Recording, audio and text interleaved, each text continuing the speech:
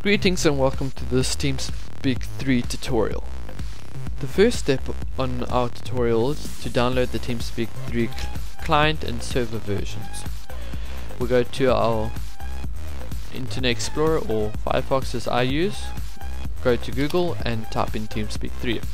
As you can see at the top of the list, TeamSpeak downloads. Once we're on the download page, you can see there's different versions for different types of PCs. We recommend that you download either the server 32-bit or 64-bit version depending on the type of processor you use. Also, you'll need to download the client as it is used to connect to your server. As you can see, I've already downloaded both versions to my desktop just to speed up the tutorial. The TeamSpeak 3 client installation is very basic and easy to follow. I won't guide us through that now since we're here to set up the server version, which comes in a .zip file. As you can see, there's a folder where we can just extract it to our desktop or wherever you want to put it. Just wherever you do extract it to, remember where you put it so that if you need to change something, you know where it is. Also, if you need to change folders, you'll need to shut down the server, which means they will go offline, so you don't really want to do that too often. Okay, I'm just going to extract it to my desktop as this is a tutorial and I'm not going to have the server up permanently. To run the server, all we do is double click the .exe file in the server folder and let it do its thing. Now you can see there's two important notices that we'll need for later, so we go into the top left corner of the window, right click and say edit mark. Now we highlight what we want to copy and you press enter. Now we can easily go and create a new text document and paste the information.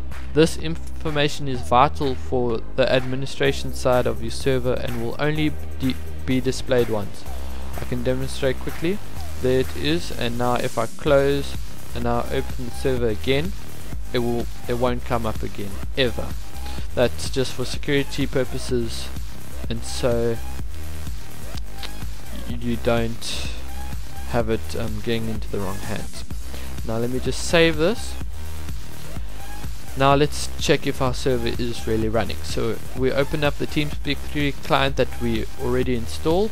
We go connections, connect. In the address you type localhost because you're connecting to your PC, and the port we type 9987. Nickname can be anything from Jack to Jill to Bill to Phil. There's no server password at the moment, but you can set up one at a later date. Now we connect, and as you can see, we've successfully connected to the server. Now the next step on our to-do list is to set up the administration permissions, which will let you edit the server in many different ways. Now to get admin privileges, we go to where we saved our important information, and now you look under the second heading, you see token equals. Now just copy the length of that and you say control copy. We go back to our TeamSpeak 3 client, click permissions and say use privilege key. Now that that's open, we say control paste and we click OK. And as you can see, the privilege key was successfully used, which means that now I'm a server admin for my TeamSpeak 3 server and I can edit it in any way that I would like to. Now just a nice tip that I'd like to show you: if you need to restart your PC, you just go to where your TeamSpeak 3 server is installed. We right click on the .exe file, say send to desktop as a shortcut, and there you can see it's a shortcut. Go into start, all programs, and start up, right click and say explore. Now you cut and paste this into that folder, and now whenever your PC starts up, your TeamSpeak 3 server will also start.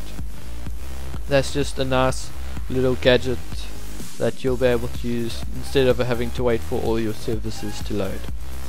Okay, now we're going on to section 2 of the TeamSpeak 3 tutorial.